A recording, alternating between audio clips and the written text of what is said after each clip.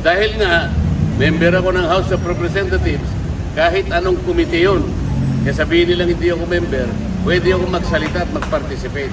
Kung pipigilan nila ako, di ba nyo naiintindihan kung anong klaseng procedure, kung anong klaseng tuntunin na ang meron kami. Pang-17 taong ko na sa Congress, ngayon ko lang po nakita ang mga pangyayaring ito. Nalulungkot po ako, nagdaramdam ako, nai-stress ako kung bakit nangyari ito. Ito lang ang pagdinig na ito in aid of legislation. Kayo po na nasa media, alam kong nalalaman na ninyo, hindi na po in aid of legislation. Kung totoo po na isinasaalang-alang namin yung paggasta at kailangan po nating busisiin, tama naman po yun. Lahat tayo katungkulan nating maging transparent, maging accountable.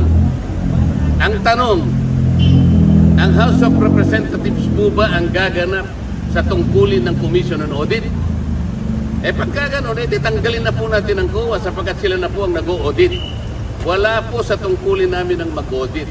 Kung sasabihin nila, hindi kami nag-audit. Ang ginagawa namin is investigation in aid of legislation. Okay, kung yun ang ating objective, bakit isa lang inimbestigan natin?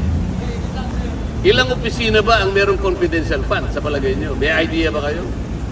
NGAs na lang, National Government Agencies. Ilan ba karami ang National Government Agencies? Palagay mo na lang 500. Okay?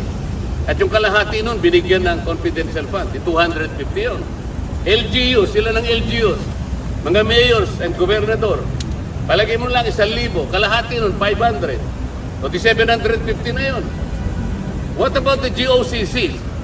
Government-owned and controlled corporations, mga 300 yan. Kalahati na lang, 150. O palagi mo lang 1,000 na lang ang nabigyan na ahensya ng gobyerno. Bakit? Bakit Office of the Vice President lang? Wala pong nagtataka sa atin kung bakit ang pinipilit na isolate lang, ang pinipilit na gisain lang, Office of the Vice President. At saka yung DepEd na kung saan ay naglingkod siya bilang secretary. Paano po yung iba? In aid of legislation po ba ito? O in aid of persecution? Kaya nyo na pong mag-conclude eh. Ang linaw po nito eh. Hindi na po tayo dapat gumamit ng calculator eh. Wala na pong computer na. Hindi nyo pa kayang i-memorize ito. Why are we isolating the office of the Vice President? Kung confidential pa. Ano po ba yung Commission on Audit? Ito po ay independent constitutional body. Bakit kami po ang gumagawa? Tanungin po natin. Sa Lunes po, ako po ay mag-a-attend ng hearing po, ipagpapatuloy po yata ang pagdinig tungkol sa bagay na ito. Pipilitin kong pumunta ron.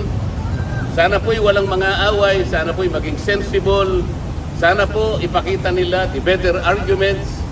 Wala na po sanang nagawa ng hopya para tayong lahat po ay masaya. Para lahat makinabang po ang taong bayan. Ibig ko sabihin, sensible questioning, sensible arguments, wala na po kasi yung quality of debates eh. Wala na po eh. Noon po, yung unang pasok ko sa Congress, napaka-maingat namin kasi pag-address sa bawat isa sa amin. The Honorable Gentleman from Bohol, ganun kami. The Distinguished Congresswoman from Leyte. Ngayon po hindi.